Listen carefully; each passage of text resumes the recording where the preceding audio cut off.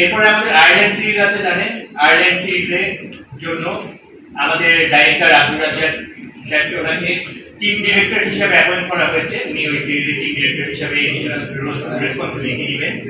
আর এছাড়া batting coach হিসেবে appoint করা হয়েছে মোহাম্মদ আশরাফুলকে স্পেশালাইজড ব্যাটিং কোচ আয়ারল্যান্ড সিরিজের জন্য। তাছাড়া আমাদের ফ্যাসিলিটিসের অ্যাক্টিভিটিস নিয়ে কিছু আলোচনা হয়েছে।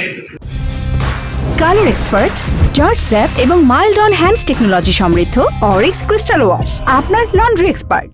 সামনে আমাদের বিপিএল আছে, এখানে আমাদের ইনডোর ফ্যাসিলিটিস ডেভেলপ করতে হবে, ওগুলো নিয়ে আলোচনা করা হয়েছে। তার বাইরে আমাদের দেশে রংপুরের যে আমাদের বিডিং গার্ডেন যেটা আছে ওটার একটা ডেভেলপমেন্ট প্ল্যান সাবমিট করতে বলা হয়েছে ফ্যাসিলিটিস ডিপার্টমেন্টকে, সেটা সামনে ফিউচারে একবার দেওয়া হবে।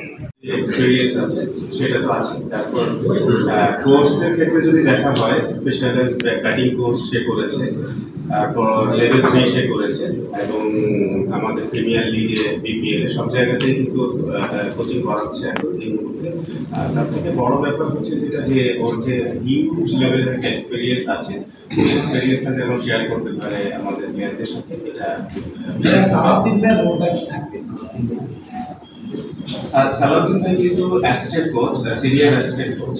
তো আসলে তার উনি ব্যাটিং পরামর্শ হিসেবে কাজ করছিলেন, ওনার ব্যর্থতাতেই কি আসলে আশরাফুলকে দেওয়া আসলে কারো ব্যর্থতার জন্য না, ওখান থেকে কিন্তু সরানো হয়নি, আশরাফুলকে ইনক্লুড করা হয়েছে। ওর সাথে মানে এই মেয়াদটা বাড়তে পারে কিনা বা এর উপর পরবর্তীতে আবার ডিসিশন নেওয়া হবে। এর পরবর্তীতে ক্রিকেট বোর্ড অবশ্যই এই ব্যাপারে নিয়ে আলোচনা করবে। ডেফিনেটলি আশরাফুলের জন্য একটা নতুন জায়গা, আসলে কাজ করবে।